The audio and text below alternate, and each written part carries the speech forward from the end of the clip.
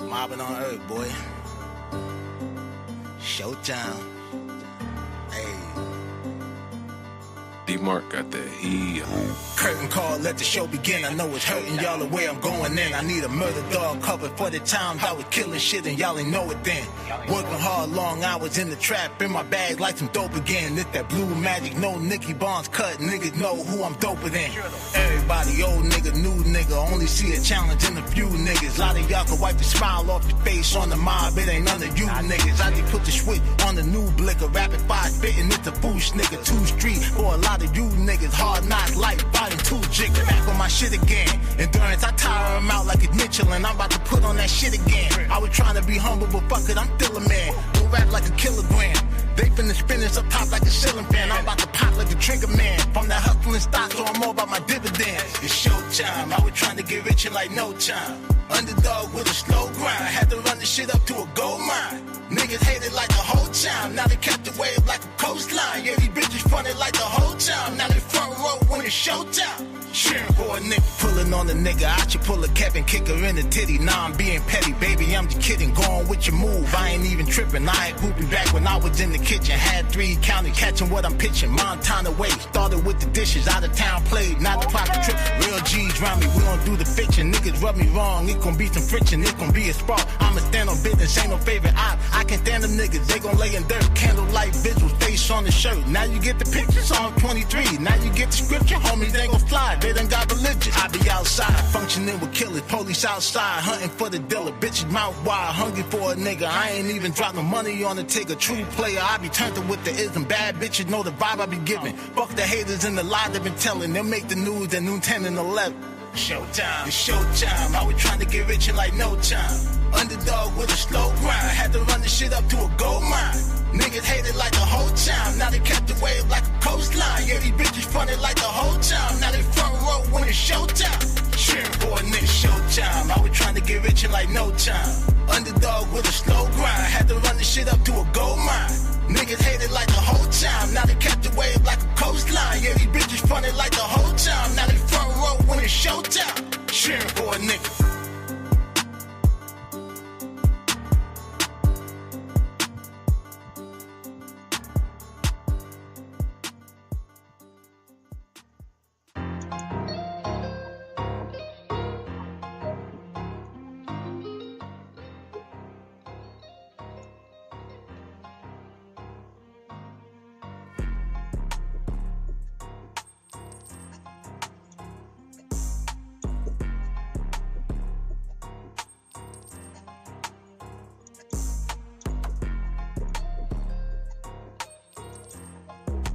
There we go.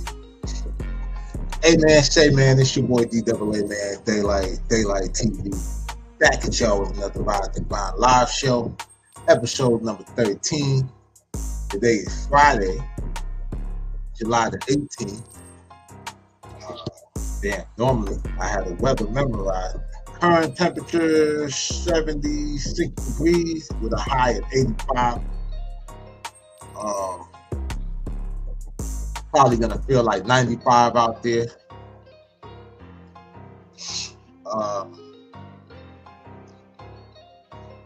Yeah, man. Hit that like and subscribe button, smash that notification bell if you're really mobbing with the content. Daylight TV. Let's get it. So we're gonna flow a little different today, you know what I mean? We're gonna do a lot of freestyling. Normally I'll be having the clip queued up that all of them that I want to like go over. But on this go around, we're gonna slide through it. First up, we're gonna cover viral clip I seen.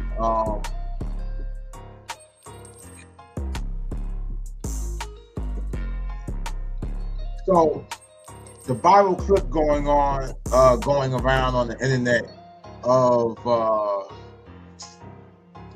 a dude named CASHOUT 4E. CASHOUT 4E. Now I don't know which one is CASHOUT 4E or whatever. Somebody has sent me the link on World Star or whatever, but Well, actually, no. Somebody sent me a link on Instagram or something, but it didn't have the whole like chain of events and everything like that. So, yeah, I went and pulled it or whatever. And shout out to X, formerly Twitter. You know, you can find anything crazy on there. Uh, so let's get into this clip real quick.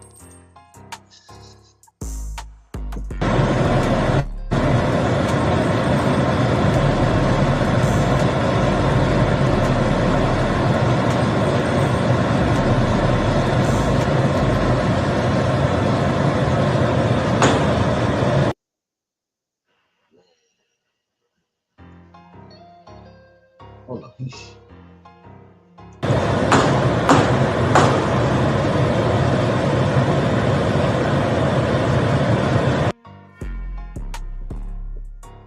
Yeah.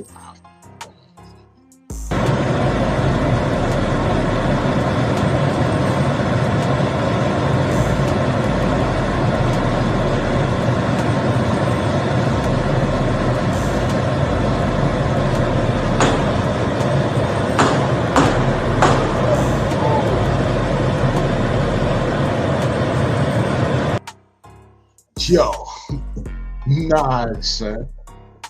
All right, so wait, you go back. So the dude in the orange shorts seemed like, you know, he manhandled him or whatever and shit. The dude in the red pants is taping him. I was trying to see what he had in his hand. I thought he was pointing a blick at him when they first sent me the video. But then I realized he's taping the thing. But who the hell is taping from across the street? You know what I'm saying? Like, I guess they just watching this shit happen. I think this happened in the Bronx too. I ain't look up an article for it. But so like they, you know, they running it or whatever, and dude's holding the phone, he getting his little licks in and shit. And then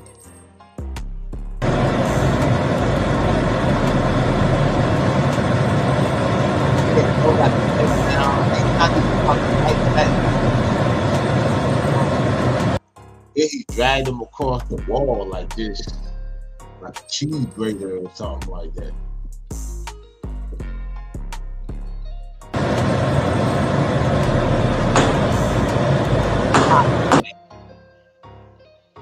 Yo, he was so smooth with that shit because it's like it came out of nowhere.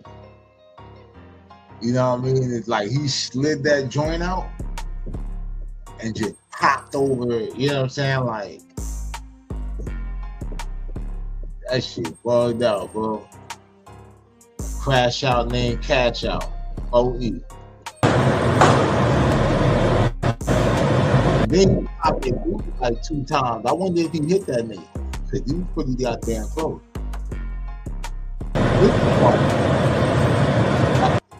Look at how when he walked back over and the way he just kind of looked back at that nigga. Yo, bro, that shit cold-blooded. That shit cold-blooded. But ain't too much, let me see if I can find an article on this.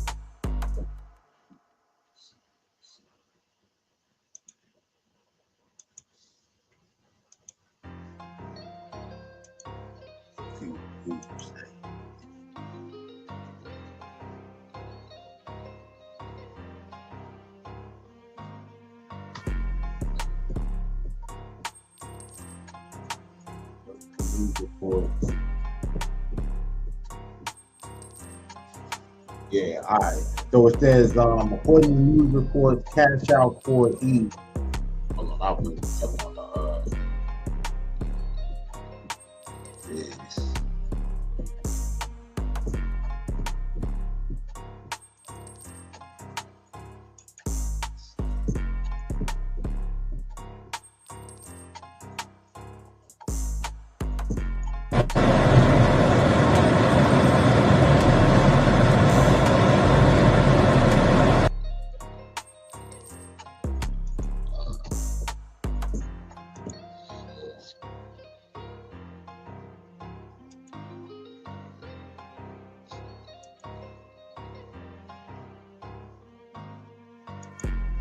This is what they say about y'all.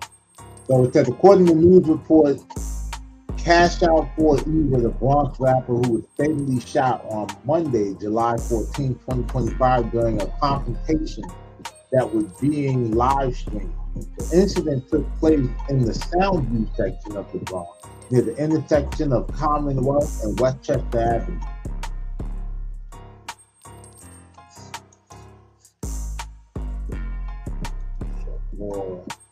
Initial reports indicate that CASHOUT 4E, along with another individual, was assaulting a third man when the victim pulled out a concealed firearm and fired, striking CASHOUT 4E.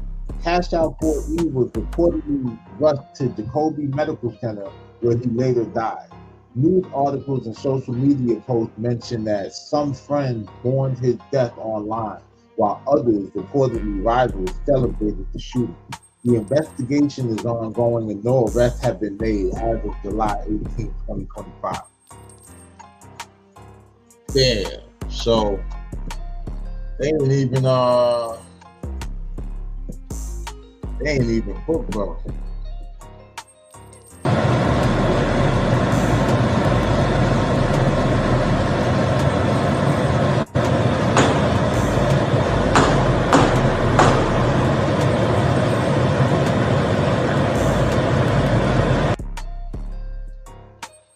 Well, you know, the op probably had a field day with this one. You know, I'm not, you know, trying to poke fun at, you know, niggas being dead and anything like that, but that's just a hell of a way to, like, for it to play out. God damn. And that's Soundview, man, you know.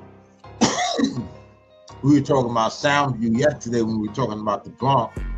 You know, we were reacting to Rich Homie Ant's video. I told y'all about Soundview, and, you know, that's where the, you know, Pistol Pete is from. You know, sex, money, murder, all that shit. So it's definitely active over there. You know what I'm saying? Like, forewarned, but yeah, that's crazy, man.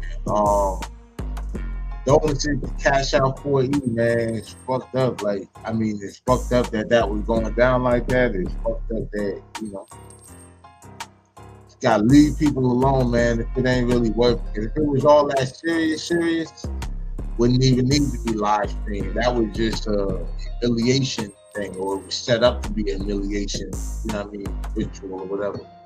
And it ain't go like that, you know.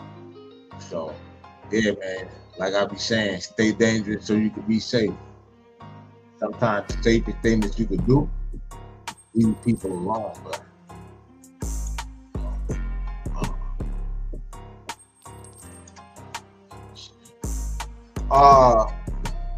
speaking of CASHOUT, we got another CASHOUT in the news.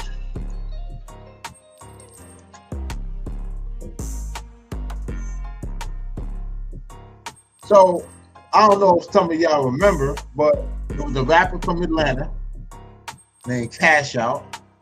Had that record, ride on with that Nina. Yeah, that nigga. So, I didn't even know, but I was just scrolling through this shit, and I said CASHOUT on the thing when I was trying to look for the clip that we were just talking about, and this nigga showed up. It says police testify about raid on rapper's home. So, yeah, let's get into what this nigga did.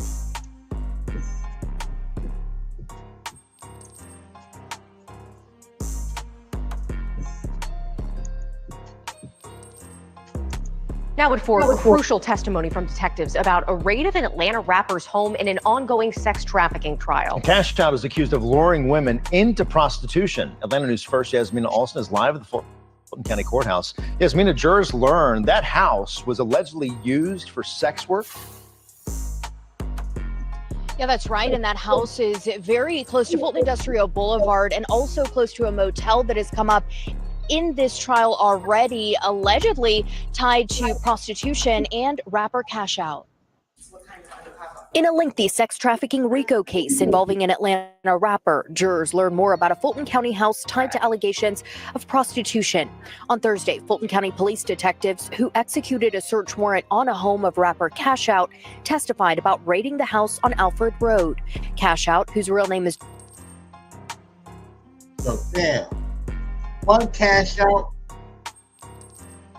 with the crash out, and the other cash out is on trial for having them out with their ass out.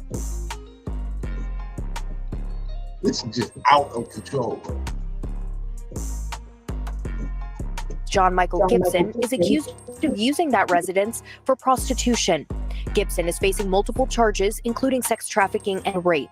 The latest testimony claimed that prior to the raid, one of the alleged victims told detectives about her situation after she was initially stopped for public indecency near Fulton Industrial Boulevard in 2019. She allegedly told police about the home. A detective testified the alleged victim also shared her social... That's how they be getting like pulled up on. They be out there scantily cladded, you know, and vice pull up, start to ask them questions, you know. Some of them, like, you know, they be abused and shit, so if they get an opportunity, they feel like, you know, this person might do something. You know, they'll take it or whatever and try to get from under that, especially if they're being forced or coerced. Normally the ones that don't tell is like they're complicit in the act. So, yeah, it's nasty work. State case too. We wouldn't be seeing no video. Worker's contact information, and the detective claimed she and that social worker kept in contact about the alleged victim's whereabouts until before the raid. The jury previously heard this victim's testimony. Here's one detective testifying about his conversation with the alleged victim. She stated that she had been beaten by a gentleman named CASHOUT, which we later identified as John Michael Gibson. And that she was engaged in prostitution and that she was being forced to conduct acts of prostitution by Mr. Gibson. Gibson is on trial along with his mom, known as Mama CASHOUT, and Tyrone Taylor. The group allegedly used their record company to recruit women into sex work. Now, defense. Yeah, man. That's crazy. I don't know. He ain't gonna be as lucky as Diddy. Attorneys deny these accusations. As for this trial, it will likely last for another couple of weeks. Live at the Fulton County Courthouse, Yasmina Alston, Atlanta News First. Trano here. Since we talk... Yeah, we gonna get it. Yeah. Now, with for crucial testimony from detectives about a raid of an Atlanta.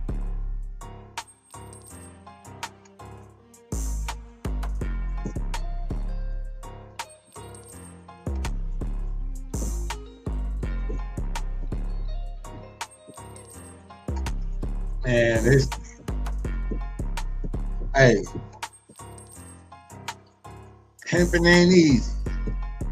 And I ain't gonna lie to you, like, I don't know how some people like process it, but I'll be very like self-aware of my presentation when I'm trying to give a certain presentation.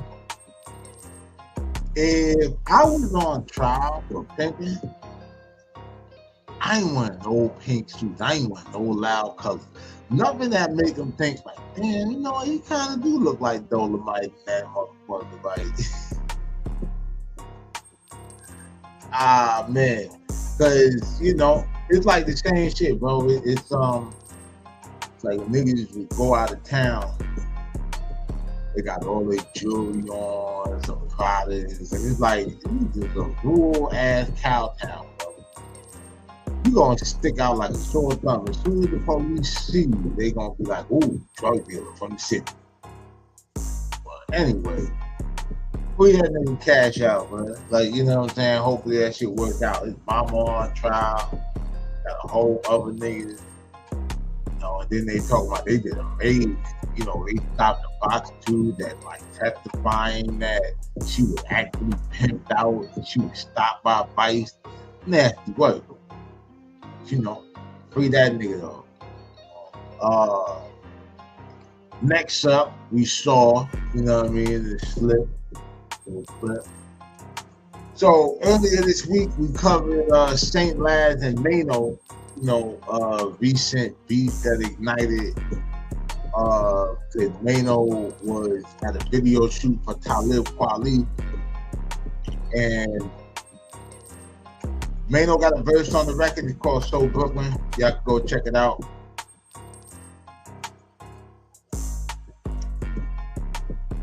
Laz is on the hook, you know what I mean? He's like saying the parts of Brooklyn, you know what I mean? Sty, Brownsville, shit like that. And basically there's a clip of Maino, or there's something that he posted to his story where he was making fun of what St. Laz had on at the video shoot, saying that the nigga had New Balances on, Nike socks, and his sweatpants were tucked in his sides, all this other shit, right? So Laz is like, you know, when Maino saw him, he backed him up and asked him about when the next NA Rock podcast was. He didn't have none of that energy that he had when he was posting and making fun of the nigga Drip. So while all of this is going on, you know, we did the whole exorcism of Maino, we covered that. So now, recently, I guess this nigga's been going through, I guess, photos or whatever and shit, and finding pictures of like Maino photos. He's probably sending it to him because, you know, online they've been weighing in.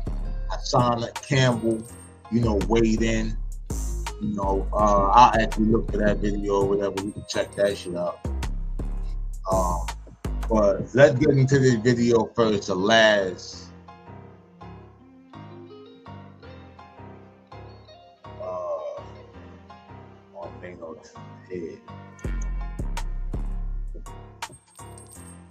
Trano here. Since we talking about garments, you heard, you know, Maino said I pulled up to the video shoot looking like Wade Boggs, Andreas Galarraga, and all them niggas. That's cool, my nigga. You got that. You got that. But did you have this on? My son had on a denim short set with bell-bottom sleeves, 2 blue bandanas tied around his socks with some Timbs on. Like, nigga looking like a cross between a... Yo, my nigga got the shorts on with the trench coat. Yo, with the bell-bottom sleeve. Then we got the blue. Yo, this guy. Guggenheim Museum painter and a construction worker fixing manhole covers in the street, my nigga. You got to make up your mind which swag you want, my nigga. Them bell-bottom sleeves. I never seen a nigga with bell-bottom sleeves. That shit different. You heard? Whoever your stylist is that you... Austin Powers, baby. Groovy, baby. Yeah. Paying to dress you like this, we gonna fuck them up, my nigga. We gonna jump them niggas together. They need their ass whipped.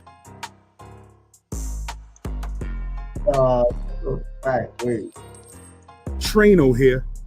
Since we talking about garments, you heard, you know, Maino said I pulled up to the video shoot looking like Wade Boggs, Andreas Galarraga, and all them niggas. That's cool, my nigga. You got that. You got that.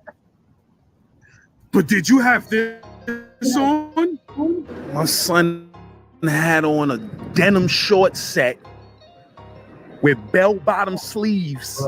This outfit is wild.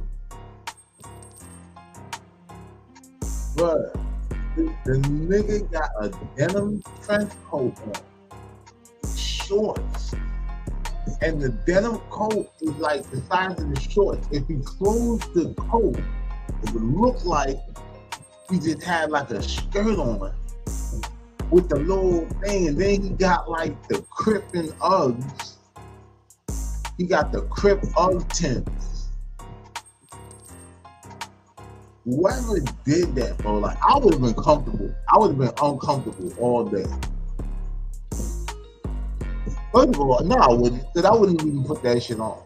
The bell-bottom sleeves is diabolical.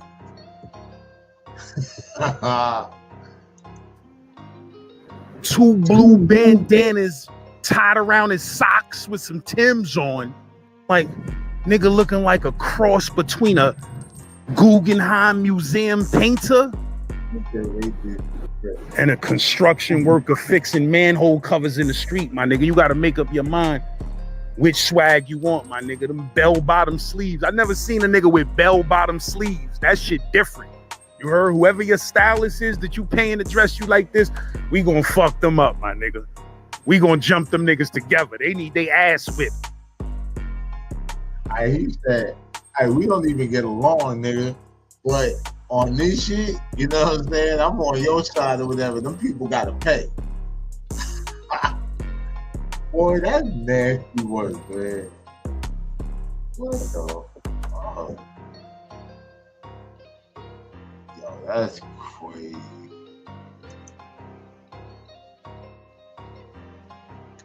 That's crazy. Now, speaking of niggas in crazy ass clothes.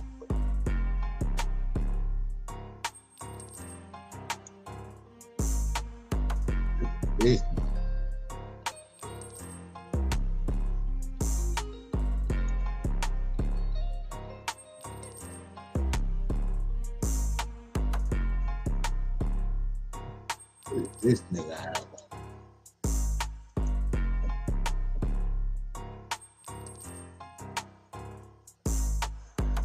but this nigga little baby looking like the hose right now. Motherfucking slick and just that's just what we doing. So we just finna let this nigga do this. We finna let Lil Baby come out here in his booty coochie shorts and just pop out with his hand in his motherfucking slit and just that's just what we doing. So we just finna let this nigga do this. We finna let Lil Baby come out here in his booty coochie shorts and just pop out with his hand in his motherfucking slit and just that's just what we doing. That nigga got a female tank top on. Yo, Lil Baby is looking like the hose right now. Lil Baby looking like somebody little That nigga went from Lil Baby to little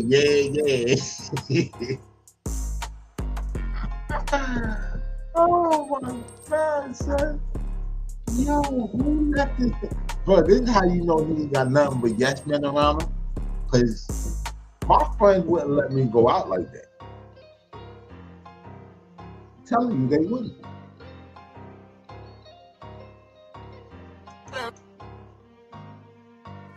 Nah, this is diabolical. Yeah, so this nigga MAINO'S, bro. I'm disappointed in that nigga, like. But definitely, if your ass is dressing like that, bro, you damn sure should not be talking about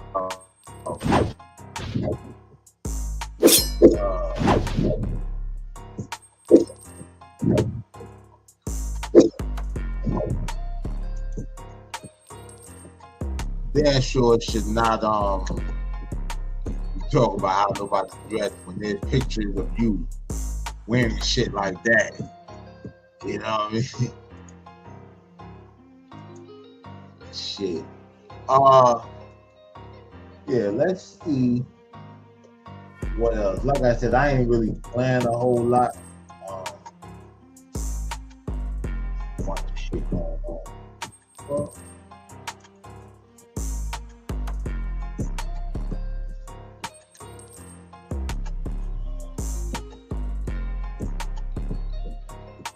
Well, Project Pat Son.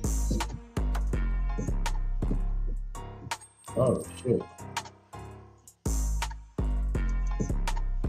I'll give it up for Project Pat.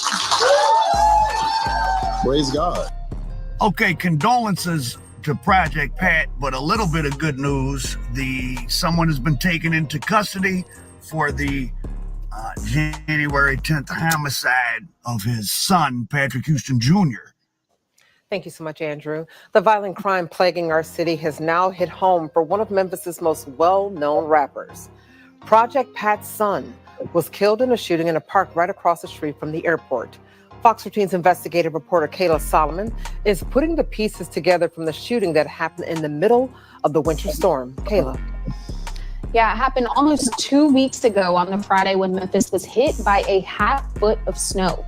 Police were called to a park in the Imogene Heights neighborhood and found a man dead. He was later identified as 21-year-old Patrick Houston Jr. Today, Fox 13 confirmed he was the son of Memphis rapper Project Pat. He's been a big name in the rap world since the early 90s. He achieved big success featuring on 3 6 Mafia albums. One of his own albums went gold. He also rose to fame in the group The Kazi.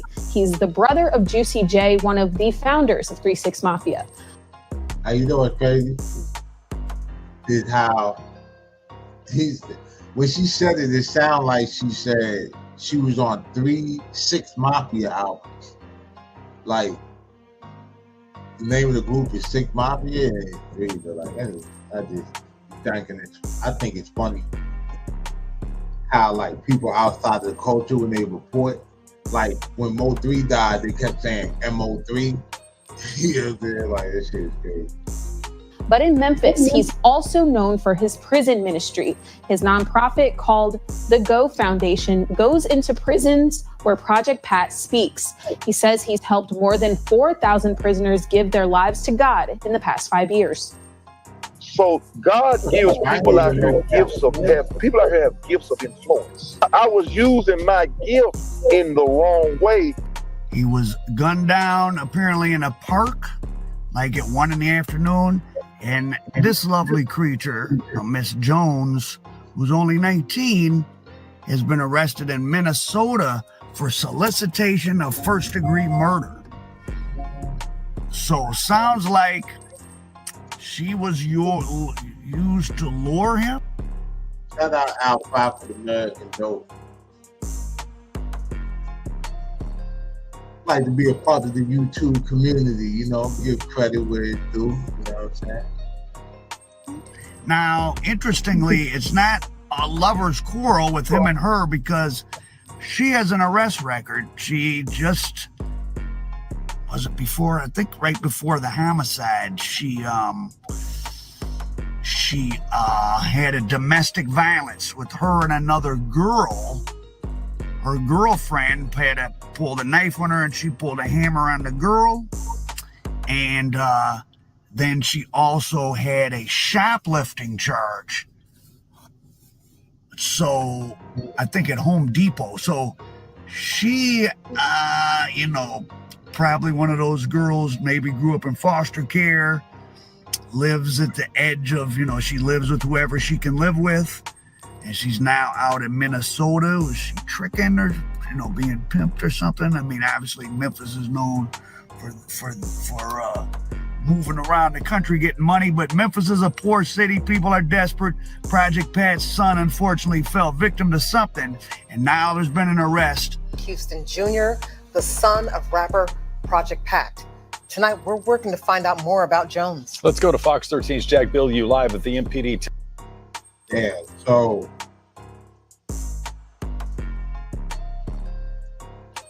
it's crazy. Like, a lot of times I think we get under the impression that, people have famous parents, and because of that, they're exempt from, falling victim to certain shit, certain, lifestyle and all that. But it don't always transcend like that. You know what I'm saying? Like, sometimes even when the parents are well off and might even be providing every opportunity, kids still want to go and just, do what they do or whatever, or, find their own way. Some of them or whatever resent the fact that they're privileged. You know what I'm saying? Like, they feel like they want to go and get it their own way or whatever the case may be. And some people are just adrenaline junkies. They like being in the mix. You know? So it'll be that type of shit, man. Unfortunate though. Like, rest in peace, Project Pat's son. But damn, this little chick is arrested for solicitation of murder. So meaning that she put somebody up to, you know, doing it one way or another. We'll find out. Tillman Station right now. Jack, we know she's had a couple of previous run-ins with the law. Yeah, Daryl, according to court records, she was wanted on a warrant separate from the shooting. That's misdemeanor shoplifting. The U.S. Marshals say when they found her in Minnesota, she put up a fight.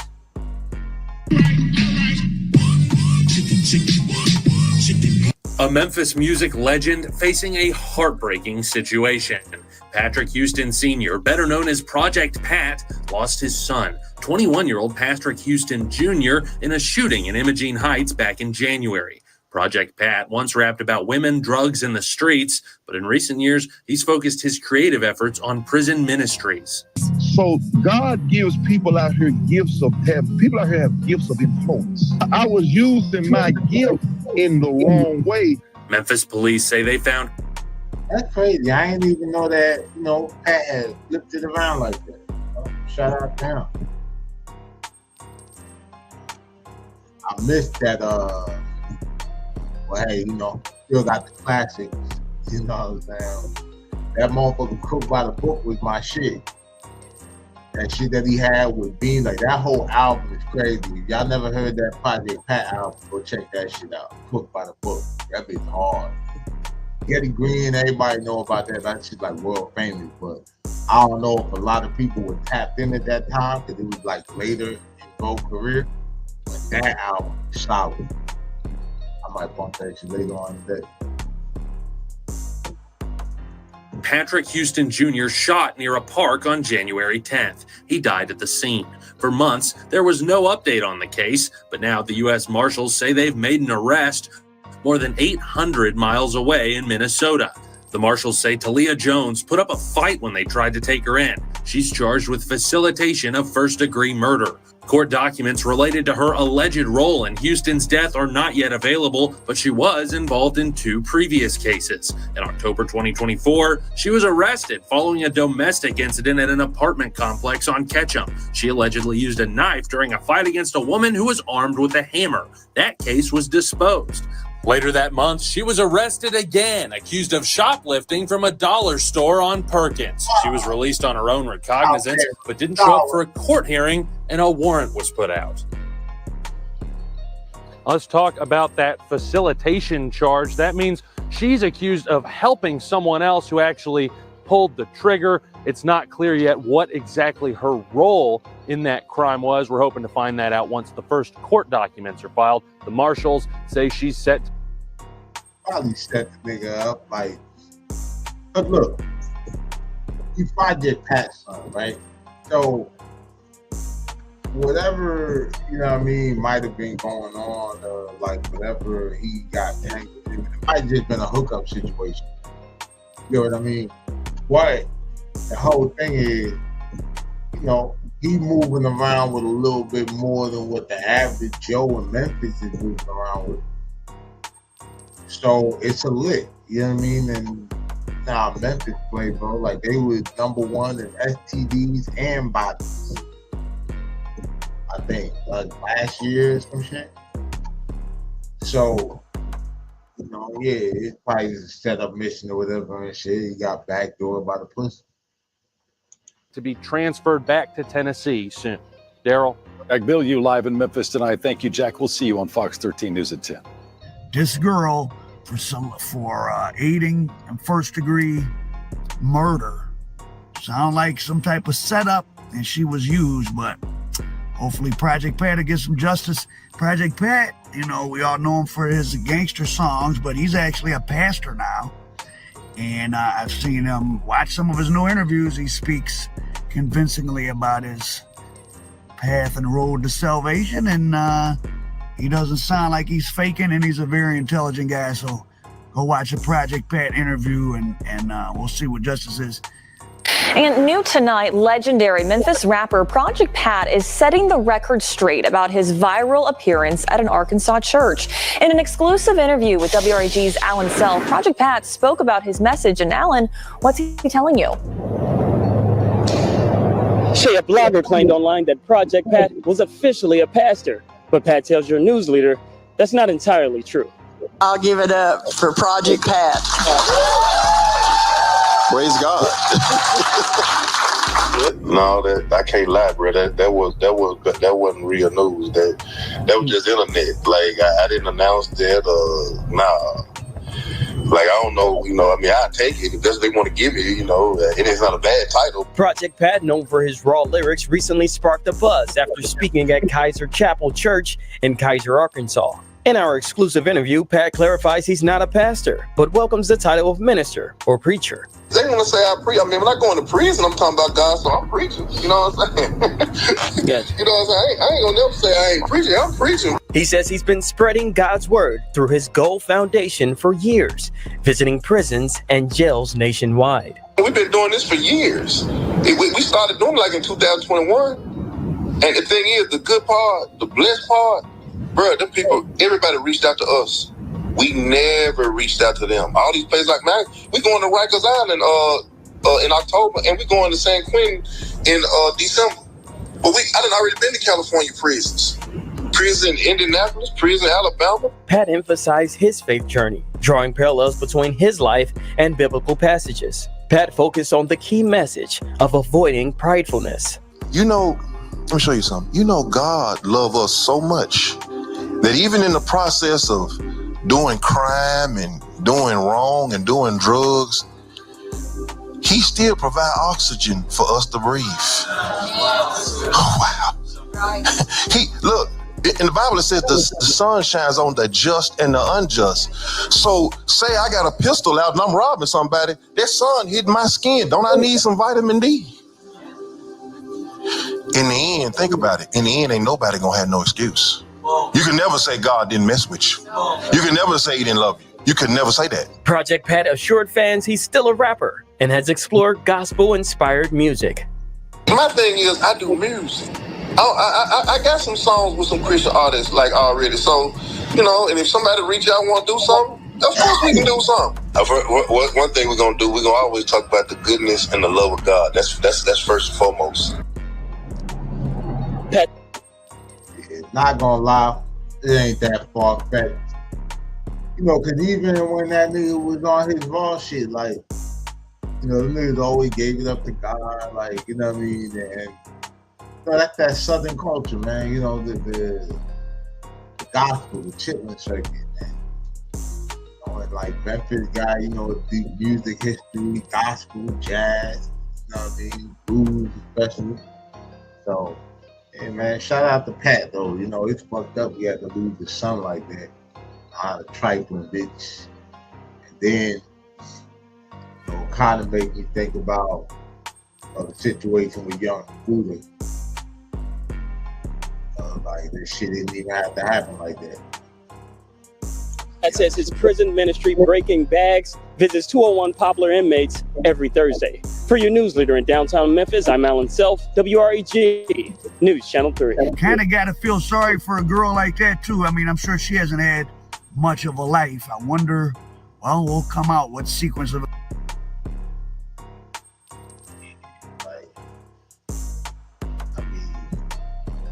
Amen. We all got stories.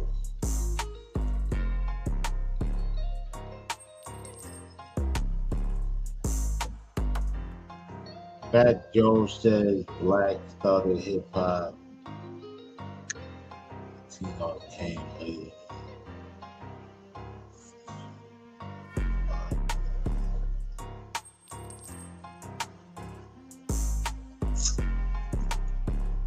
Live it. You know what I'm saying? Like, we live it. Like, hip hop ain't just raps. All right, so I guess we reacting to a reaction. We gonna give a reaction to a reaction. Shout out my nigga Baby True. 263 Cup Boy, DMF, Detroit, all that. Shout out Boogie and Marlo. Need my verses, nigga. Nah.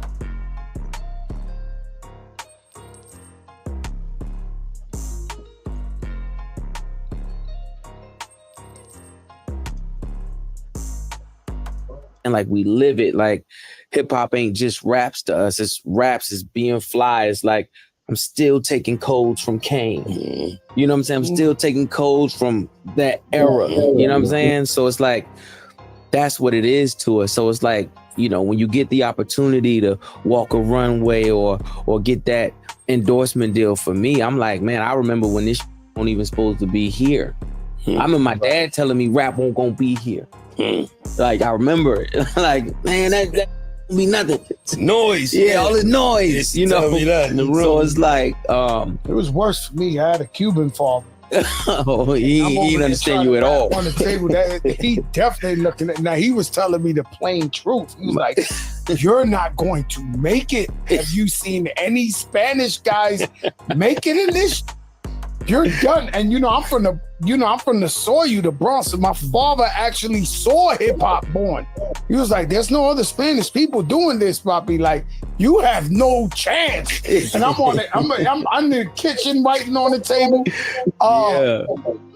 Never thought that hip hop would take it this far.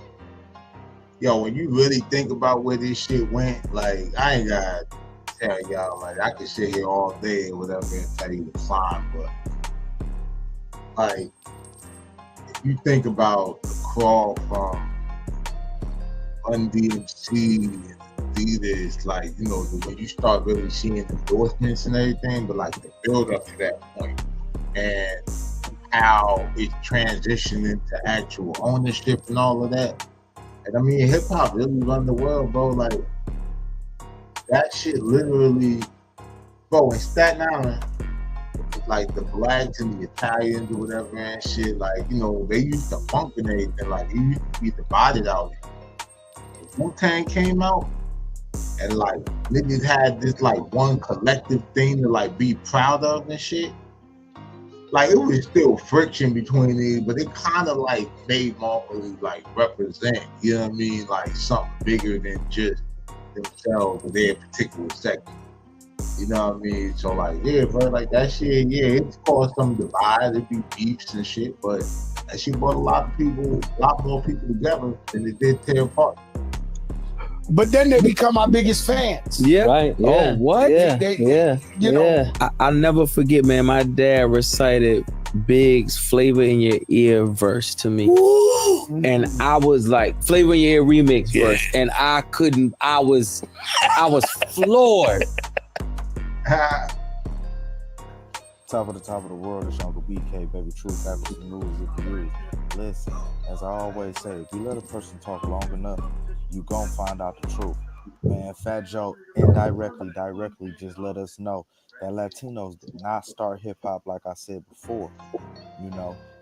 His father told him when he started trying to do his little rap thing, he ain't gonna go far with it. That's a black thing. There ain't no Latinos doing that. He said, and now, when Latinos start doing it, and his father and him was his biggest fan. See, but that just goes to show you, everybody that's in position to talk don't need to be listened to on certain subjects. I look at New York like it was the starter of this hip hop stuff. They put it all together. They came with the name and all of that, but the essence of the black culture and dancing and making beats and trying to say words over those beats. That's just a black thing. I really attribute that to Africa, motherland. Everybody wilding out, doing their thing and having their way. But listen, man, you already know what it is and who it is. It's your BK, baby. Truth, back with some news you can use. It's the baby. I don't know why they say that. Listen, like, share, comment, and subscribe. We'll get down in that comment section and let's talk about it. Do you think Fat Joe was wrong? Uttering out of his mouth that Latinos helped start the black community with hip hop? Or, do you think he was just talking fast and didn't know what he was saying? And then he got out there and, he bit his tongue. He had to keep going. 'Cause, you know, some people like that. You feel me? Instead of admitting where they messed up or they might have overtalked or was rambling, they just keep going with the lie, you know, till it disappears or till people forget about it. Let me know what you think.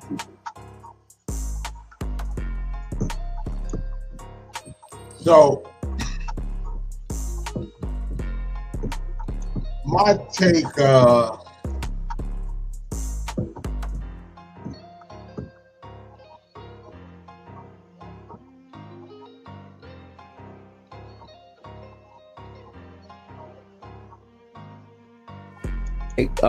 it was worse for me. I had it. So my take on the whole Latino and black who started hip hop. Of course, we know that it was a Black American artist, right? Not Africa, not, you know what I'm saying, like Black American. And really, I mean, Kool Herc was Jamaican. Like the whole process of that, you know, bringing the sound system out or whatever, they have been doing that in reggae and dancehall or whatever. Forever. Even if you look at how the battles are set up, like the early battles, they look a lot like the clashes that you see, you know what I mean, with the dancehall artists. Like you might see Ninja Man versus Bounty Killer and, you know, shit like that. So it was very much started from, you know, a black music art form that was already pre-existing, like the structure. And then you had the DJ, you know what I mean? And then in Jamaica, like, you know, they would actually call them rappers, like the dancehall guys and all of that shit, you know what I mean? Or the rappers would be called the DJ and everything like that. Like Yellow Line was like, you know, the DJ Yellow Line, like, you know, so it's just a lot of the components took from a little bit of everything. And then when you started taking the break beats, you know, the disco, the James Brown and all of that, you know, that's a part of it too. Shout out to everybody pulling up on the gram and everything like that, bro. Southwest Cop was up. But here's the thing I'll say or whatever about, you know, Latinos being involved, you know, in the beginning of hip hop, right? They didn't create it. However, it's the Bronx. Anybody from New York knows that the Bronx without Puerto Ricans is like pizza without mozzarella, nigga. You understand what I'm saying? Like pasta without sauce. You know what I mean? Like it just don't happen. You know, like New York niggas without Yankee ass. So they were definitely around for the creation. They definitely were in the party, you know, when this shit was going down. You know, now there was a time where, you know, the blacks and the Puerto Ricans, they would beef, especially uptown, like specifically in Harlem for real. Like most of the stories I heard, you know, and primarily like on the east side because it's Spanish Harlem, but it's like, you know, it's a big black population over there too. So you know, that shit low key brought niggas together.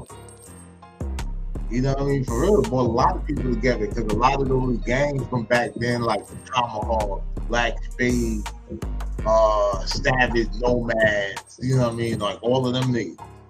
And, you know, they was flying colors, like they kind of wore the little vest, like the biker gangs and all that shit. So that's, yeah, so I mean, they were definitely present, man, for the revolution. You know what I mean? Ain't no denying that.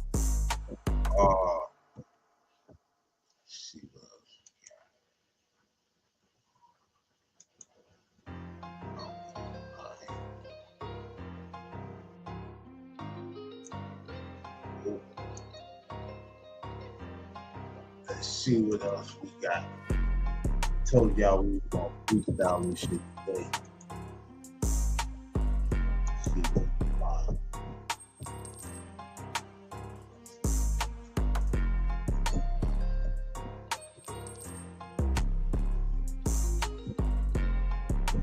Jay-Z might kill academics for making this video. You know not to fuck with Jay. The brand of Rock Nation, probably the worst thing that's ever happened to hip hop. They have the most likable or one of the lovable hip hop aficionados and legends that we have, Jay-Z. That's the face of it, but they do nothing but other black artists. I've never heard them white artists, ever. They're trying to create a monopoly. Like, they want to be, Rock Nation wants to be Live Nation. You know how Live Nation is with touring? You can't really tour without Live Nation. Like, trust me, they will cure whole shit up. Trust me, I told you they did this to Sexy Red, Moneybagg Yo, Lil Baby, and they were trying to strong arm Rod Wave. I know this personally. I'm talking to these people's teams. Rock Nation, which is a subsidiary of Live Nation, because they got a deal that's under Live Nation. They want to do the same thing to hip hop, but they want to do it with all artists. So like, it's funny because Jay-Z talks all this like, damn, so they cutting Lil Baby water off.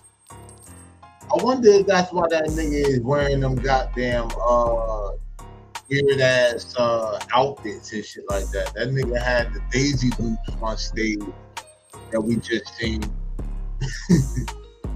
And nigga with the female wife. It really looked like the way it fit. It looked like the leotard or whatever and shit, or the little bodysuit and shit.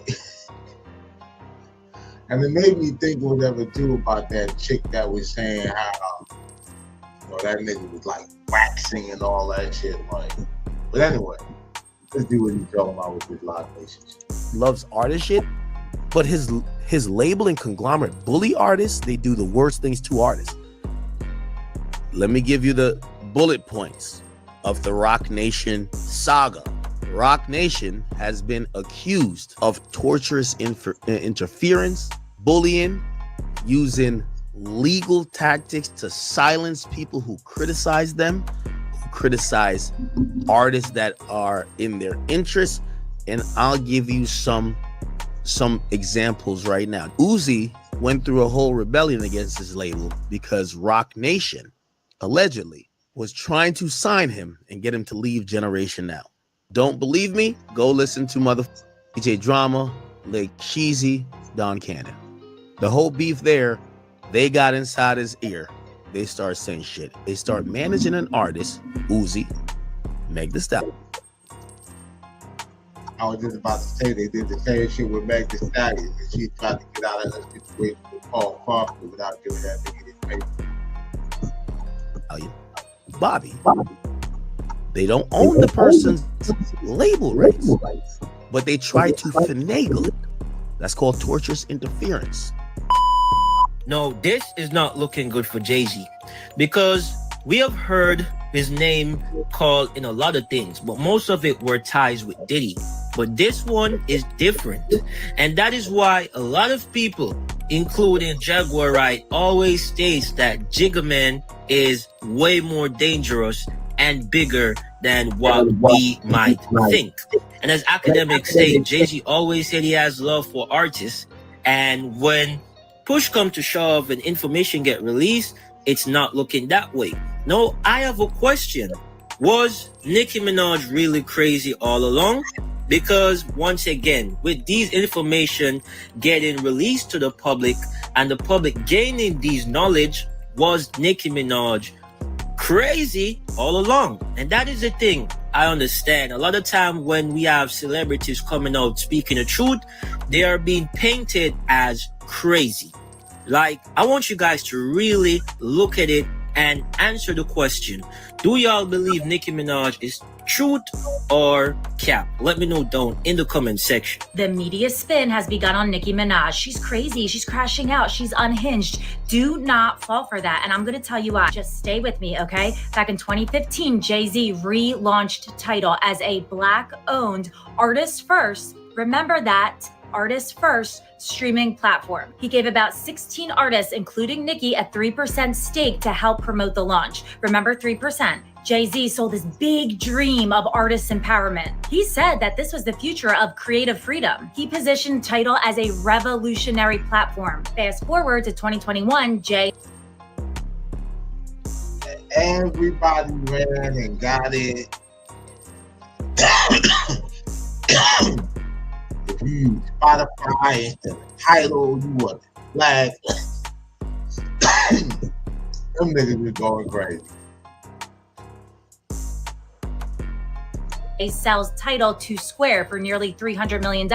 He reportedly walked away with $149 million. Now Nicki's like, oh, I get my 3% of $300 million, which is $9 million. Nicki claims that she was offered only $1 million for her equity. So where's the other $8 million? Nicki says she never got clear info, never had full transparency, never had clarity on the sale terms. Jay-Z built a deceptive web around Black ownership and artists first. He used the illusion of shared ownership to build Tidal's credibility. He also created the illusion like, oh, everyone gets a seat at the table, but really none of the 16 artists were on the board. Nobody had a board seat. And the stakes were tiny, 3% with zero control, zero board seats. He spun a narrative of inclusion and artists. Yeah, I mean, not for nothing. He kind of did that with the Barclays Center, right? Because the whole hype was, yo, Brooklyn boy, you know what I mean, out the projects, and like he actually owns an arena. Because there's, like I always say, bro, people will sit here and they read the headlines, but they don't necessarily read the article.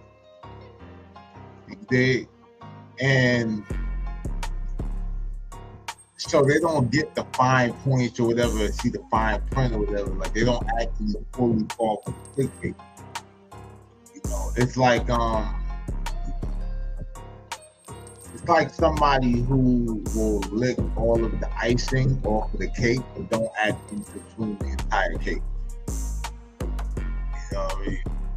And yeah, the Tidal shit, like everybody was like, oh, I'm only putting my music on Tidal. You know what I mean? I'm only putting my music on Tidal. They pay artists the most money and shit on the back end, all this other shit. And I remember telling people how, yeah, okay, cool. They're paying you the most money and shit because they have the least amount of stake in the market. Like I think Spotify was top dog, still might be when it comes down to like just strictly like music streaming sites and all that, you know. And then Apple would be behind them. Most of their subscribers, I think I remember seeing, because people who have Apple products, you know what I mean. So it's like Apple iPhone, iTunes, Apple Music, Apple.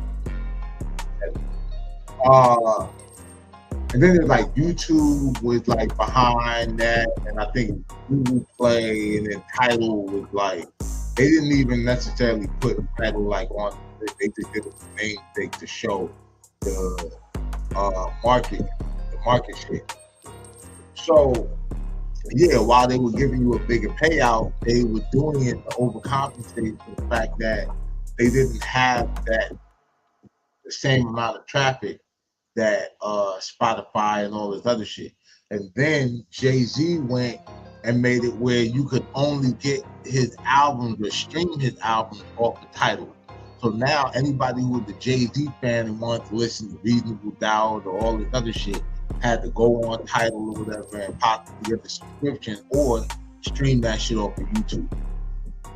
So, you know, like nigga tried it, you know, and I think he's just doing like the Donald Trump shit. Like he's licensing his name out to these names and shit, like to these businesses, and basically using his social equity within hip hop or whatever and urban culture, Black culture, and you know, getting the bag for it. This first, and I care about my artists. And then he walked away with $149 million and just gave Nicki $1 million. Like, so look up Jay-Z's quotes from the relaunch of Tidal back in 2015. Like, allegedly. No, it seems like the Jigga Man was always for himself, right? Seems like the Jigga Man was always for himself, and he's pulling a lot of strings behind curtains. Like, the more and more I hear things about Jay-Z, I'm starting to wonder.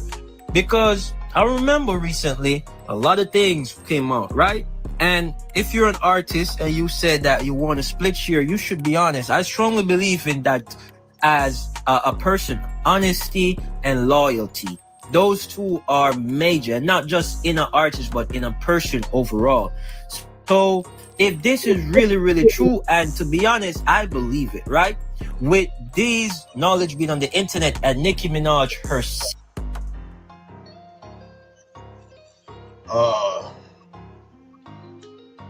Yeah, like, look, man, when it comes down to Jay, I always wondered what the whole Nicki Minaj and Jay thing, like, you know, where that started, or what that started from.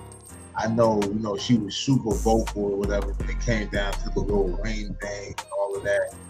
So, and then y'all know that, those of y'all old enough to remember, there was a time where I think where Wayne was considering signing to Def Jam or Rockefeller, one of them two, while Jay-Z was the president of Def Jam. You know what I mean? But yeah, you know, I gotta look into the story of the Nicki Minaj and the whole title thing or whatever, because I definitely wasn't paying attention to that shit when it was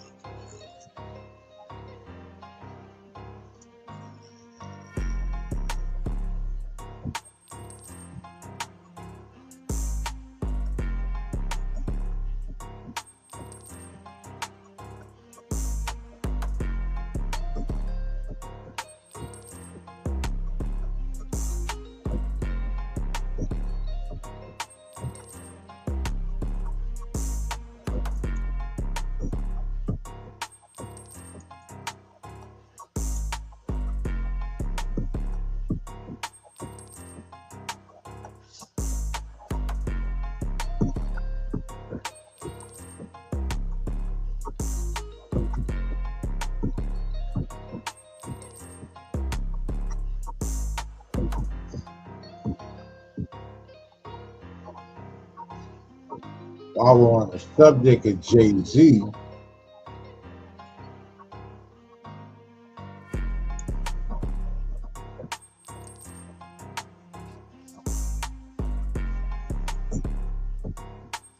yeah, I was bumping some chicken free earlier.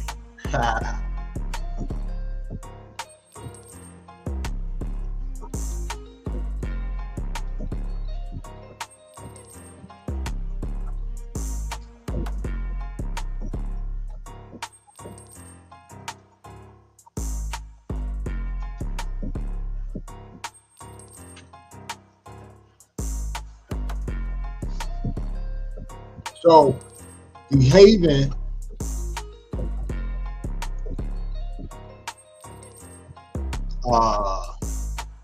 former best friend of Jay-Z. Jay is actually the godfather to Behaven's oldest daughter, I believe, or oldest child, yeah, his daughter. There's a picture of Behaven and Jay-Z holding his hand. Fun fact, me and Behaven actually have, you know, mutual relatives and shit. And shout out because they live regular lives. I won't stop there, but yeah. So you know, shout out Behaven, Marcy Maid. So recently he went on Boss Talk, and let me see something.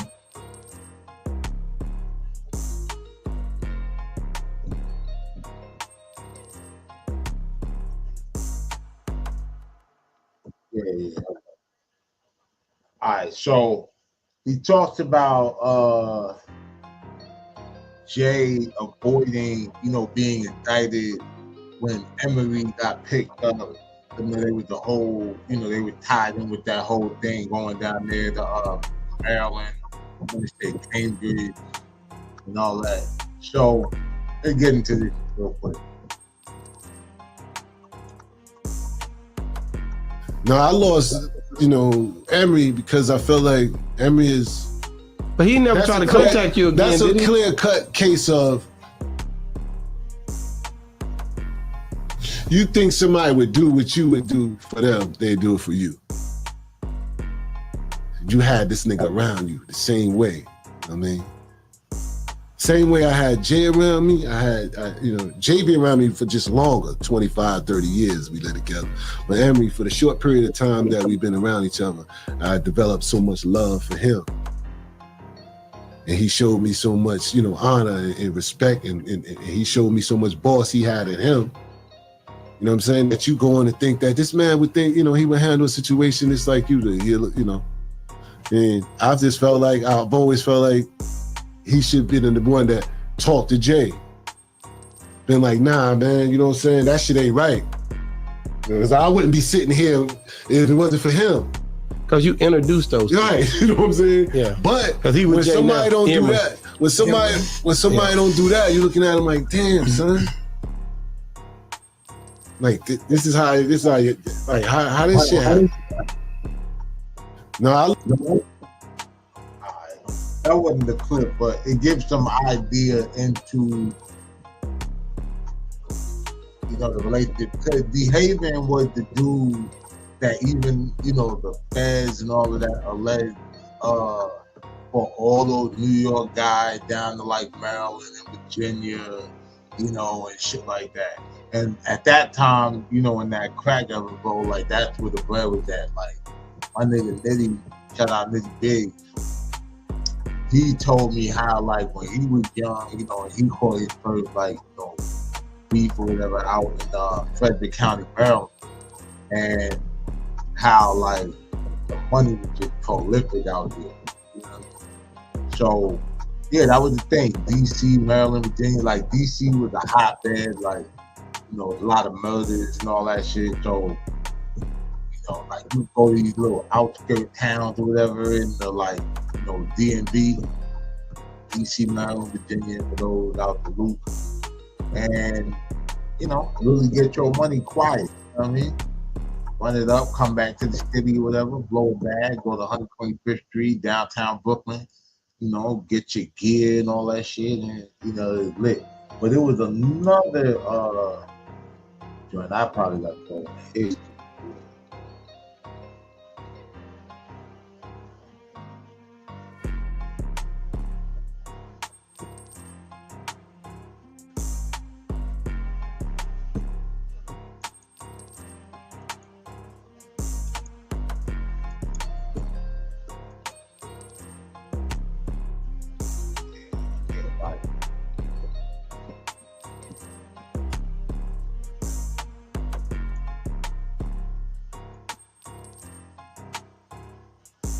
No, I lost, Emery because I felt like Emery is.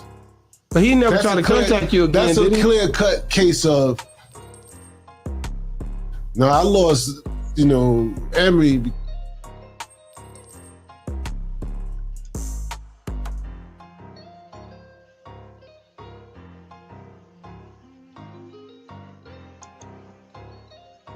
Damn, boy, doing his numbers and shit. He got more than one interview on the board talk there.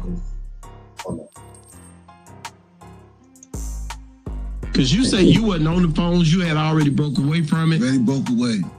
But the conversations in the hood was still going on. Still circulating. But you wasn't on those conversations. I wasn't on nothing. But then you get called to snitch. That's how they want to, change the narrative. So you think that's a decoy? That's a decoy. That's a cold decoy. You read my post. If you ain't been on my Marcy May page, you see it. You ain't no cop, Jay Reed. You ain't no cop. Yeah, he was. You know what I'm saying? It is what it is, bro. At the end of the day, like I said, man, I'm only giving you facts. And the facts is, they had me under investigation for 11 years, 12 years, and me and you share a history of 9, 10 years, and you're not in this. Hey. Because you say you wasn't on the phones, you had already broke away from it. Already broke away. But the conversations in the hood was still going on. Still circulating. But you wasn't on those conversations. I wasn't on nothing. but then you get called the snitch. All right, so basically, what he's saying is they had behaving under investigation for over a decade, right? Leaks reports, you know, different shit like that, probably different statements for people who got in trouble, all that. And he's saying like Jay got like a history in the streets running with behaving for like 8 or 9 years at that particular time. Emery gets snatched, you know, and Jay don't end up getting caught up with nothing. Like even the situation, like we know the situation with him and Klein where they had to fight and somebody got fucked up real bad, and Klein took the hit for that because, you know, he felt like Jay was on his way with the music and etc. But yeah, he's like, you know, how is it that this big sweeping indictment or whatever where everybody always gets snatched up but you don't get back? And it's like you're in the mix deep, like how you say you are. So basically, you trying to put a snitch jacket on Jay. You know what I'm saying?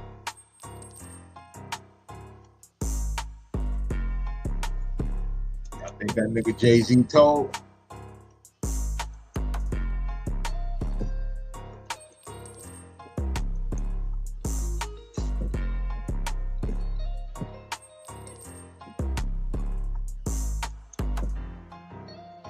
Dame, everybody know who Dame is. Now, I could be wrong. He might have. Dame may be right if Jay talking about him in Big Pimpin'. If that's what it was, Jay talking about him on that specific record, that Big Pimpin', hey, he could be right.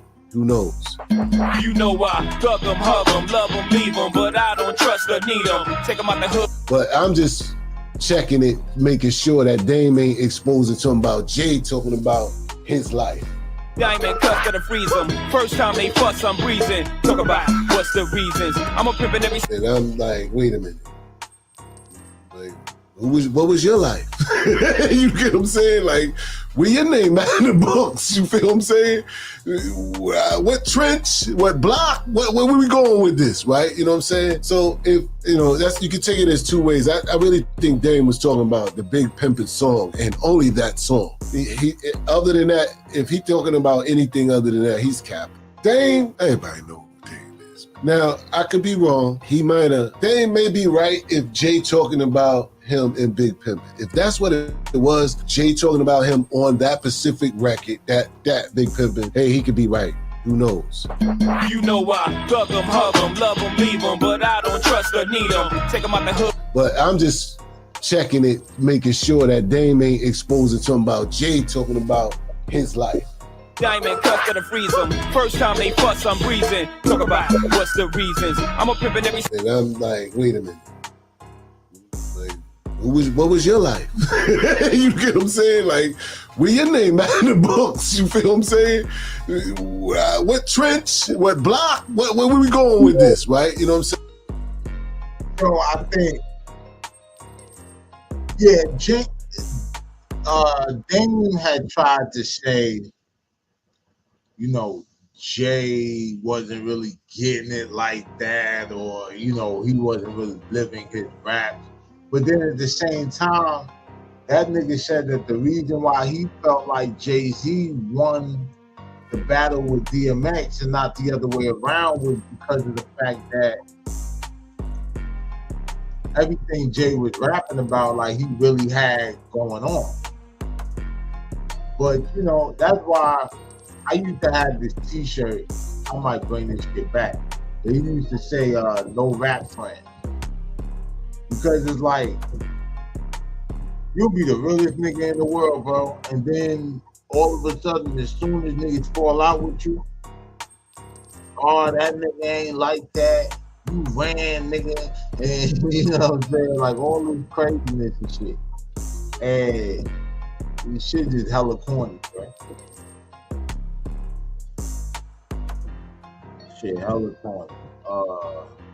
Yeah, we already talked about Big B snitching and whatnot.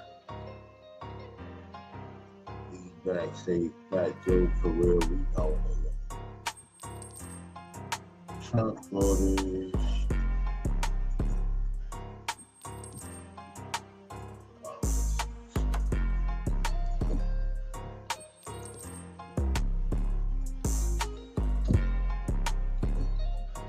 The Jeffrey Epstein controversy is heating up right now. President Trump now says he's authorizing the release of some materials from the investigation of the convicted sex offender. In a post on social media, Mr. Trump says he's directed Attorney General Pam Bondi to produce any and all pertinent grand jury testimony. Now, this comes as a new Wall Street Journal report on Trump and Epstein's relationship is adding fuel to the fire.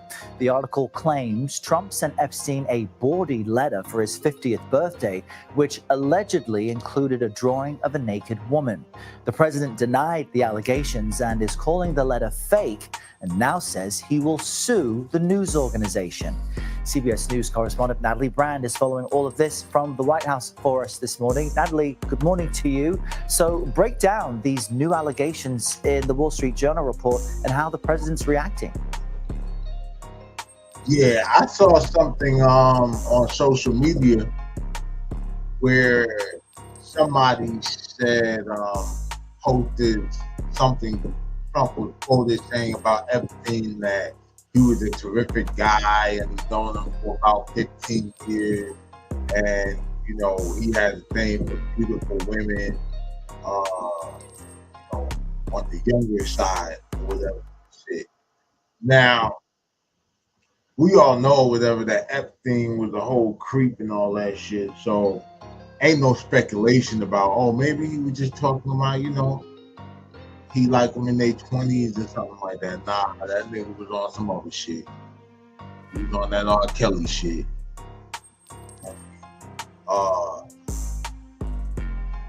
But yeah, so now I think they have a whole thing, whatever they could do where you know, they could verify if somebody like actually wrote something or like handwriting and everything like that based on like structure, all this other stuff.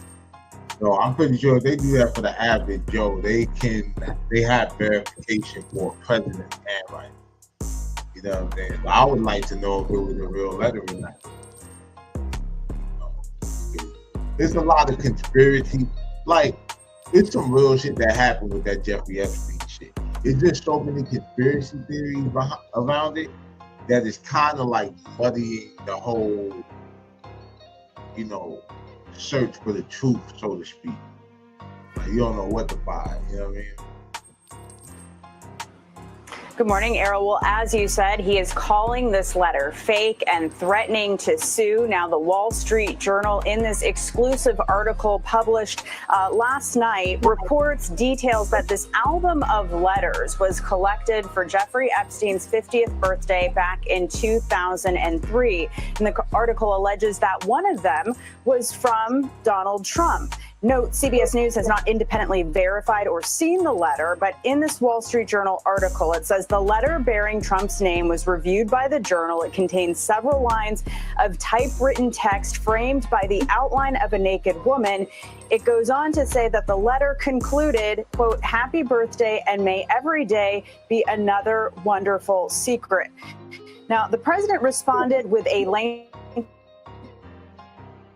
social media post saying that the Journal and owner Rupert Murdoch and personally were warned that the supposed letter was fake.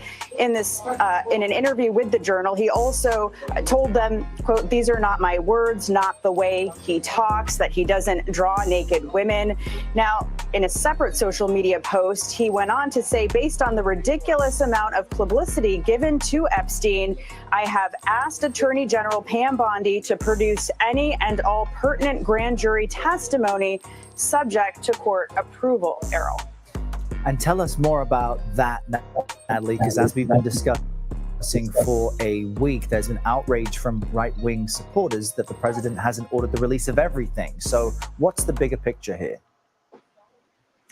Yeah, well, Attorney General Bondi, in a social media post of her own, said that today she's going to move the court to unseal grand jury transcripts. But ultimately, Errol, it's up to a judge to make the final decision here, and it could take some time, months even. We just don't know at this point. It's also not clear how much of the Epstein-related material that is in the DOJ's hands is grand jury testimony, or exactly what Bondi will ask to be released. And then the bigger picture, as you alluded to, is this going to satisfy the Republicans over on Capitol Hill and members of the MAGA base who are asking for everything, all the files in the DOJ's possession to be released? Yeah, and there are often redactions, often in what the government releases. So we will see what happens next. We'll have more on this later. Yeah, I mean, they might as well release that shit, bro. Like, because at the end of the day, who will you protect? Everybody's supposed to be equally, subjected to the law. I mean, we know it don't work like that. But see, the thing is, you know damn well that some of the people on that list, if they got out, could be anarchy. You know what I'm saying? Because now, it's probably going to be people on both sides of the aisle who, was involved in that shit, like went to that island and all that. Now, the thing with Trump that I always saw was that he had used Epstein's plane, but didn't necessarily go to Epstein Island. You know what I mean? So, or Epstein used his plane. So I get billionaire buddy shit, like, you know what I mean? Like, oh yeah, man, like, no problem, take the jet. Oh, you're gonna be in Cabo? Use the yacht. You know what I mean? Like, just shit like that. Like, some of you niggas let niggas wear y'all sneakers. Some niggas let niggas use their boat. You know what I mean? But I don't know what's up or whatever and shit with Trump, bro. And like, these people be acting like,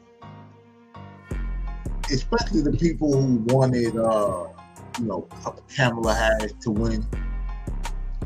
And they just act like, oh yeah, the world would have been such a much better place if Harris had won it. They are under the impression that there wouldn't be a war in the Ukraine, that Israel and all that shit going on with Iran and everything like that wouldn't have happened. And yes, it would have. It's just that I don't think she would have been, as aggressive, and I don't know if that's good or bad. You know what I mean? Because then it's like, if the countries feel like the leadership is weak and they could walk all over it, why not? The one thing about Trump is that motherfucker is unpredictable. You don't know what he might do. Like, you know what I mean? So it's it kind of keeps people on their toes or whatever and shit, not just here in America, but also other countries who want to make you learn their language at gunpoint. But this is like America, if you look at it in the sense of on a global scale, this is the $1 million trap house. You know what I mean? This is where everybody want to send their product or whatever and get that bread.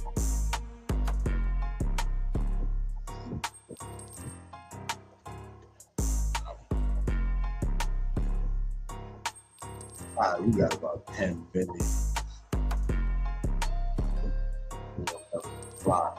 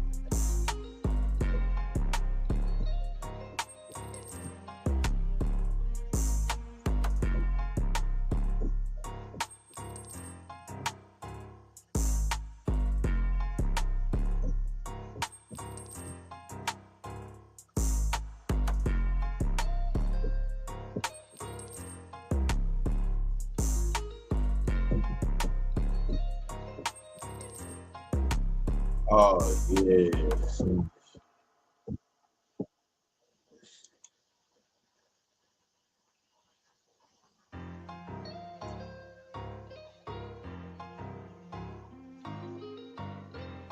New York City right now. You'll be entertained. Yeah. Yep. Thanks for joining us, guys. Share that court filing, guys. Yep. Pass it around. Absolutely. And just last shout out, Class Yeah, 311, Snake Plissken, Popeye Dammit, Stephen S, Nikki G, RS. Wow.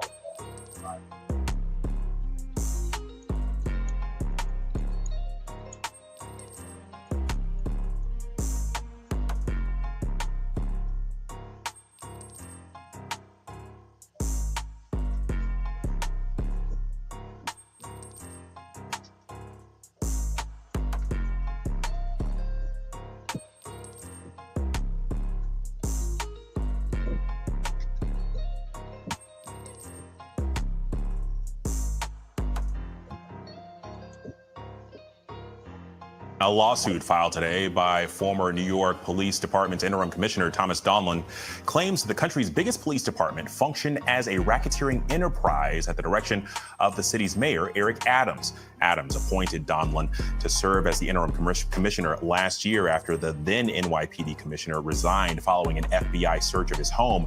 But Donlan says that he was commissioner in name only and that true authority in the department remained with the inner circle of Adams loyalists. So for more on this, I want to bring in ABC News chief investigative correspondent Eric Kutursky.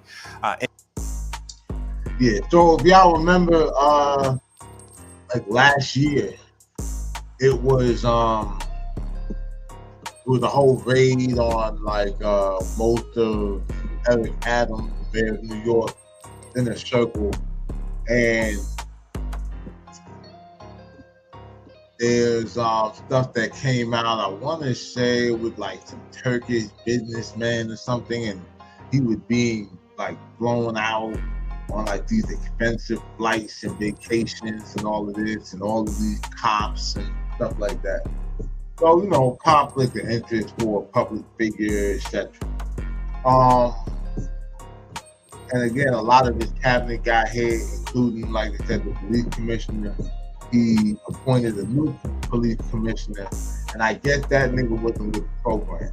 So now he's suing, and he blowing the whistle, you know, on the whole Adams administration and shit. Now, Eric Adams is a former NYPD officer as well, so, you know, I guess a lot of his votes or whatever and shit came from the police side or whatever. You know, they got a big union, and then all of their family members and, you know, things like that or whatever. So, you know, he definitely has some sway.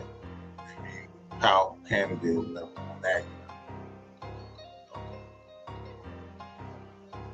And Aaron, you know, a couple pieces of this lawsuit really stuck out to me. It accuses the NYPD as being criminal to its core, and also has this point where it says that senior leadership here engaged in outright malfeasance using the NYPD to consolidate political power, obstruct justice, and punish dissent.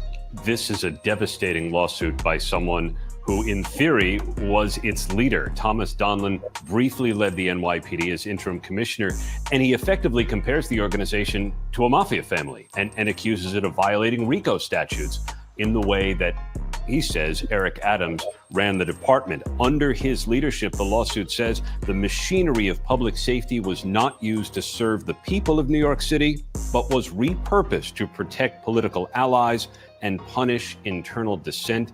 It names top brass who are still in positions of power today, and it is seeking damages for what he called a humiliating act of vengeance, the arrest of Donlan's own wife.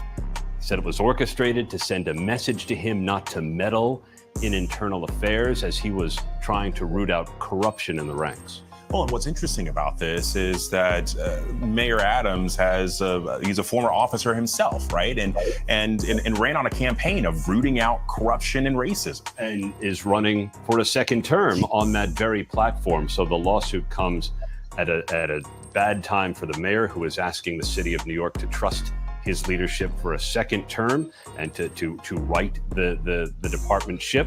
Crime is down. The NYPD is still showing its effectiveness, Alex, but this lawsuit describes rot from within. And Aaron, I'm putting you on the spot here, but have we heard a response yet from NYPD on this?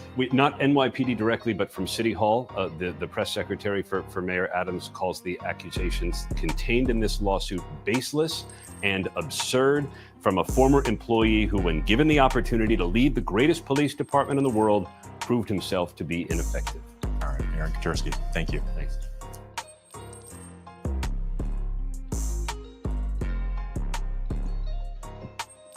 So, Eric Adams loyalist. So for more on this, I want to. So here's my thing. Eric Adams has been under a hell of a lot of scrutiny, especially in the last 12 months. Even a lot of people who were in heavy support of him in the beginning, are starting to kind of step away. In the ranked choice election, the primary, which they used like a ranked choice system and shit. So basically people voted from 1 to 5 who their favorite candidate was. And Eric Adams or whatever did not win. You know what I mean? Johan Mamdani, I said that right. I'll get it right or whatever if you prepare.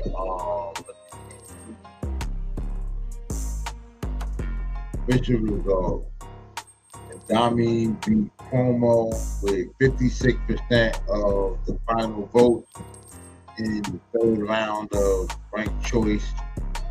This is a victory. This victory is considered a significant upset, as Cuomo had initially been viewed as the front runner. Yeah, because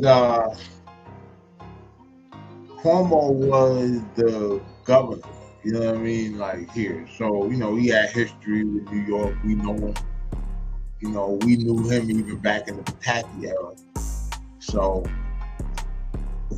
we shall see. I think Eric Adams, with all of the heat that he's under, and now with this bullshit, if there's any real turns up any real fruit, he out of here. You know what I'm saying? So we'll see. You know what I mean? Like, will he face a political RICO and shit? Like, they've already ran down all these people, and like, just because they might not get charged right away, whenever they do a raid, they have to process all of that evidence and then present it in an orderly fashion or organized presentation to a grand jury with witnesses and all of that. And then the grand jury will decide if there's enough evidence to indict and take this shit to trial. So, that's pretty much what's going on with that. Right now, this is just his claim in the lawsuit. So I guess, like, lost the wages or employment, like, he probably was fired if it wasn't playing along, what they're saying is true. But like I said, we'll keep up with that. That's today's show. Rise and Grind Live Show, episode 13. It's Friday. Finished our second full week. And crazy. It don't even feel like it's been 13 episodes or whatever. Initially, I dragged my feet with coming live. I was doing the content, and everything, but I wasn't fully utilizing like the whole StreamYard thing, whatever, putting everything on YouTube or utilizing all of the outlets or whatever to put content on YouTube. So now going live, I got the merch coming. We'll be doing giveaways and gonna get fun. You know what I mean? So if you've been tuning in, tell a friend to tell a friend to tell a neighbor, tell somebody else that they know, and yeah, we about to get active, start getting some interviews. I'm probably gonna do a evening show. And I was checking my analytics or whatever. I get a lot of, at least on YouTube, you know, a lot of my audience be tuned in nighttime, everything like that. Shout out to everybody taking the time to watch my shit, comment, even if you know you don't like the comment. Which reminds me, when I did the video on Tupac being left off of the top 50 LA rappers list, you know, I was reacting to the video of Jim Jones on the Art of Dialogue. They, you know, they got in the comments, like, somebody said they were gonna report my page for speaking ill of Tupac, whatever it is, hip-hop, black. You know, I figured they was trolling or whatever, but I damn sure went and checked. Like, my nigga, if one of these niggas really, you know what I mean? But I don't even think like YouTube would, you know, but yeah, dog, like, and then he's saying like, yeah, leaving Shaq. One dude said leaving Shaq off of the top 50 LA rappers list is like leaving Kobe off of the list of the greatest Lakers and shit. And I'm like, bro, that don't even make no sense. Kobe was with the Lakers for 20 seasons, or essentially 20 years, right? Pac, if you even want to call him an LA rapper, he was only in LA for 18 months. I'm like, so from October of 95, I think, to September of 96 when he died. But before that, Pac was like, okay, everybody, oh, he's from New York, or you know, he was born in New York. You know what I mean? Then he moved to Baltimore. So like that's his early years. He went to high school with Jada Pinkett and all that. But on the hip hop map, Tupac is from the Bay Area. He was part of Digital Underground, that's a Bay Area rap group. When he dropped his first 2 albums, Tupacalypse Now and Strictly for My Niggas, Living in the Bay. You know, so leaving him off of a Bay Area rap list, I would say is like, you know, bogus, because Digital is like legendary. Shock G or whatever, and shit is definitely one of the like, you know, pioneers in the Bay for sure. You know, as far as like musically and production and all of that. Like even the stuff that he did, you know, I think that he was doing shit down at Death Row and everything like that. Like so Shock was definitely one of the guys. And Pac's career definitely started in Oakland. You know what I mean? So that's it, bro. He wasn't an LA rapper. So yeah, man, Ricky in the comments like niggas be coming for me with the Tupac thing, and it's like the Tupac fans started. So yeah, I knew all the stories and I kind of had my opinion or whatever.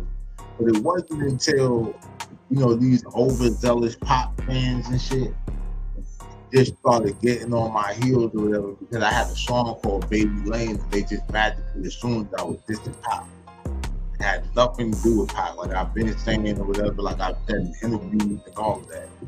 So yeah, but either way, whether you like what I say or not or whatever, I appreciate y'all watching, you know, and even engaging, you know what I mean? Because you could scroll past that shit and say, that nigga on bullshit, fuck it. So shout out to y'all, man. Hit that like and subscribe button. Smash that notification bell if you're still here and you're mobbing with the content. And as always, man, stay dangerous so you can be safe. It's your boy Daylight TV.